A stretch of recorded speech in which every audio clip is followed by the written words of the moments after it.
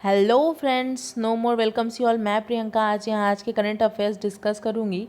So let's start together and grow more with no more. हमारा पहला सवाल है, भारत का पहला श्रम आंदोलन संग्रहालय यानी कि लेबर मूवमेंट म्यूजियम किस राज्य या केंद्र शासित प्रदेश में लॉन्च किया जाएगा? तो इसका जवाब है केरल। और केरल के हाउसबोट टूरिज़्म हब अलापुझा में भारत का पहला लेबर मूवमेंट संग्रहालय लॉन्च किया जाएगा। यह संग्रहालय विश्व श्रम आंदोलन के महत्वपूर्ण दस्तावेजों और केरल के श्रमिक आंदोलन के इतिहास को प्रदर्शित करेगा। इस प्रोजेक्ट की लागत कितनी है, कई बार ये पूछा जा सकता है। तो लेबर मूवमेंट म्यूज़ियम की लागत 9.95 करोड़ रुपए हैं। अब हमारा दूसरा सवाल है, किस केंद्रीय मंत्रालय ने शासन में पारदर्शिता श्रेणी के तहत स्कॉच चैलेंजर पुरस्कार जीता? तो इसका जवाब है पंचायती राज मंत्रालय। केंद्रीय पंचायती राज मंत्रालय ने शासन में पारदर्शिता श्रेणी के तहत स्कॉच चैलेंजर पुरस्कार जीता है। मंत्रालय की परिवर्तनकारी पहलों में स्वामित्व योजना, survey of villages and mapping with improvised technology in village areas, E Gram Swaraj, M action soft, audit online और सर्विस प्लस शामिल हैं। और अब हमारा अगला सवाल है, Bhadravati rapid action force RAF का मतलब rapid action force, Bhadravati rapid action force इकाई जो हाल ही में खबरों में थी, किस राज्य की पहली ऐसी इकाई है? तो इसका जवाब है कर्नाटक। कर्नाटक में ये पहली बार रैपिड एक्शन फोर्स लिया गया है। और इसके बारे में थोड़ा सा और जान लेंगे। केंद्रीय गृह मंत्री अमित शाह ने कर्नाटक राज्य में शिवमोगा जिले के भद्रावती में रैपिड एक्शन फोर्स की एक इकाई की स्थापना के लिए आधारशिला रखी। RAF केंद्रीय रिजर्व पुलिस बल की विशेष शाखा है। यह इकाई राज्य में CRPF की पहली बटालियन होगी और राज्य सरकार ने CRPF को 50.29 एकड़ जमीन प्रदान की है। अब हमारा अगला सवाल है, the making of Aadhaar world's largest identity platform पुस्तक के लेखक कौन हैं? तो इसका जवाब है Ram Sewak Sharma. Making of Aadhaar world's largest identity platform, इस पुस्तक के लेखक हैं Ram Sewak Sharma. Unique identification development authority of India, in short UIDAI के पहले महानिदेशक राम सेवक शर्मा ने the making of Aadhaar world's largest identity platform नाम से एक किताब लिखी है। इस पुस्तक में आधार प्रणाली के कानूनी, शासन और सामाजिक पहलुओं के बारे में तकनीकी विवरण शामिल हैं। अब हमारा अगला सवाल है, किस भारतीय केंद्रीय मंत्री को हिंदी साहित्य गिल्ड कनाडा द्वारा साहित्य गौरव सम्मान से सम्मानित किया गया है? तो इसका जवाब है रमेश पोखरियाल निशंक। और इसके बारे में थोड़ा सा और जान लेंगे। रमेश जी केंद्रीय शिक्षा मंत्री रमेश पोखरियाल निशंक को हिंदी साहित्यकार गिल्ड कनाडा द्वारा हिंदी साहित्य में उनके योगदान के लिए सम्मानित किया गया। यह पुरस्कार कनाडा में भारत के उच्चायुक्त अजय बिसारिया की उपस्थिति में प्रदान किया गया। अब हमारा अगला सवाल है, किसे प्रतिष्ठित chief of army staff commendation से सम्मानित किया गया है? तो इसका जवाब है Amresh Kumar Chaudhary. Chief of army staff, वहाँ से थोड़ा हम रिलेट कर लेंगे। चीफ ऑफ आर्मी स्टाफ है यानी कि अमरेश कुमार चौधरी। ठीक है। अब हमारा अगला सवाल है, CRPF एवं DRDO द्वारा विकसित CRPF एवं DRDO द्वारा विकसित बाइक एम्बुलेंस का नाम क्या है?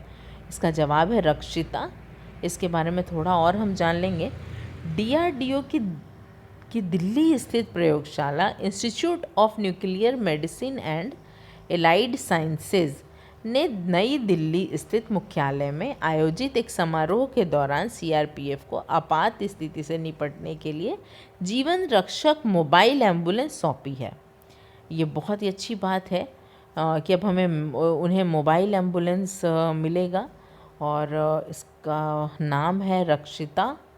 बाइक एम्बुलेंस होगा वो, कई बार 4 व्हीलर से जाने में बहुत समय लग जाता है, तो इमीडिएट ये करने के लिए आपातकालीन में ये इसकी व्यवस्था की गई है।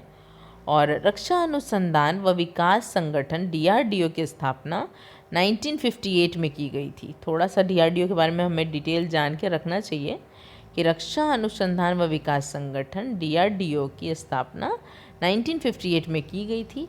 इसका मुख्यालय कहाँ है पूछा जा सकता है। इसका मुख्यालय नई दिल्ली के DRDO भवन में स्थित है। यह सैन्य अनुसंधान तथा विकास से संबंधित कार्य करता है। और DRDO का आदर्श वाक्य बलस्य मूलम विज्ञानम है। बलस्य मूलम विज्ञानम है। वर्तमान में DRDO के चेयरमैन कौन है? वर्तमान में DRDO के chairman doctor G Satish Reddy ji हैं। DRDO का नियंत्रण कौन करता है? DRDO का नियंत्रण केंद्रीय रक्षा मंत्रालय के पास है। चलिए अब हमारा अगला सवाल है, गणतंत्र दिवस परेड में शामिल होने वाली पहली महिला फाइटर पायलट का नाम क्या है?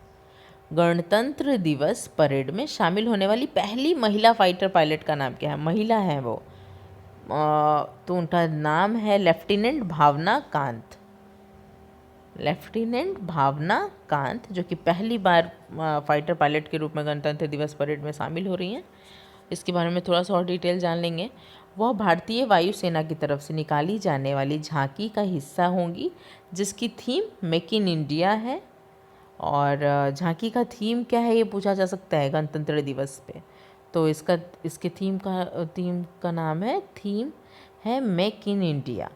और इस साल राफेल फाइटर जेट भी पहली बार गणतंत्र दिवस परेड में हिस्सा लेने जा रहा है। और थोड़ा सा और इसके बारे में डिटेल जानेंगे। वर्तमान में भावना राजस्थान में तैनात हैं और MiG-21 बाइसन लड़ाकू विमान उड़ाती हैं। गौरतलब है कि उन्हें 2016 में पहली महिला फाइटर पायलट के रूप में भारतीय वायुसेना में शामिल किया गया था और तब से 10 महिलाओं को भारतीय वायुसेना में फाइटर पायलट के रूप में नियुक्त किया गया है। अब हमारा अगला सवाल है, गणतंत्र दिवस परेड पर क्या खास होगा? तो इस वर्ष होने वाली गणतंत्र दिवस परेड में भारतीय वायुसेना LCA Tejas, light combat helicopter, Rohini radar, Akash missile और सुखोई 30 MKI का प्रदर्शन करेगी। इस दौरान विंटेज विमान डकोट का भी प्रदर्शन किया जाएगा जिसमें 1971 की लड़ाई में अहम भूमिका निभाई थी। अब 26 जनवरी के फ्लाई पास्ट में भारतीय वायुसेना के 38 विमान होंगे और भारतीय सेना के 4 विमान भाग लेंगे। इस फ्लाई पास्ट को 2 ब्लॉक में विभाजित किया जाएगा।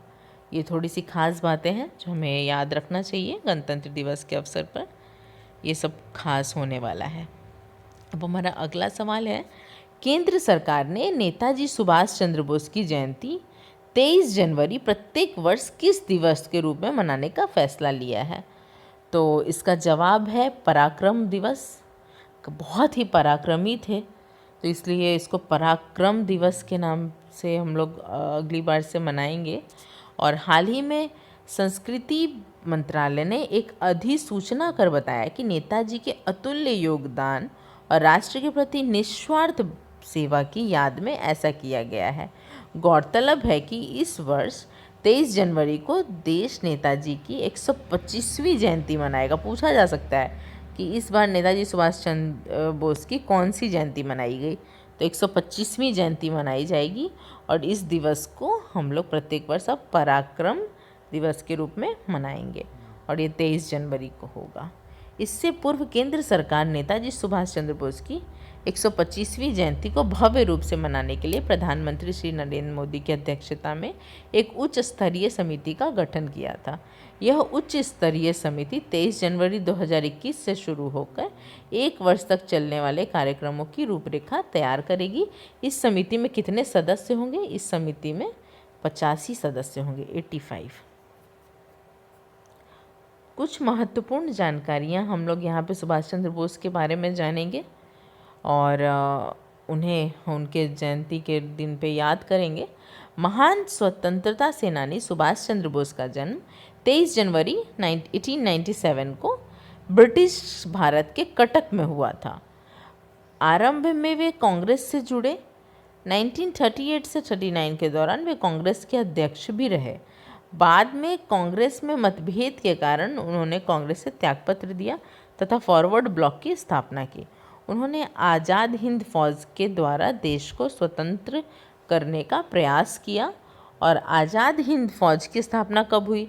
आज़ाद हिंद फौज की स्थापना 21 अक्टूबर 1943 में सिंगापुर में की गई थी। इसकी स्थापना निर्वासित भारतीयों द्वारा की गई थी।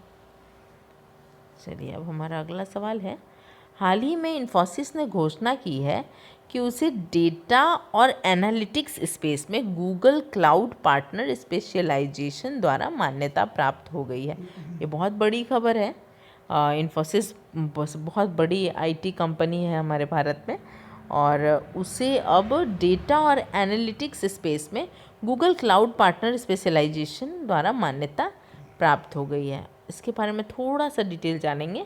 इन्फोसिस को यह मान्यता क्लाउड और वेयर हाउसिंग और डेटा अंतर्ग्रहण सहित गूगल क्लाउड पर एंड टू एंड क्षमताओं का सफलतापूर्वक प्रदर्शन करने के बाद ही मिली है।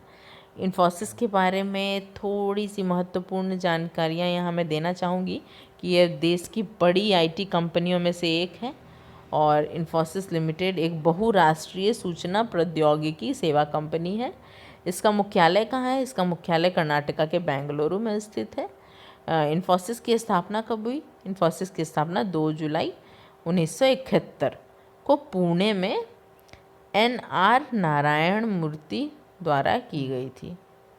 1971 2 जुलाई को पुणे में NR नारायण मूर्ति द्वारा की गई थी। इसके भारत में 9 विकास केंद्र हैं और दुनिया भर में 30 से अधिक कार्यालय हैं।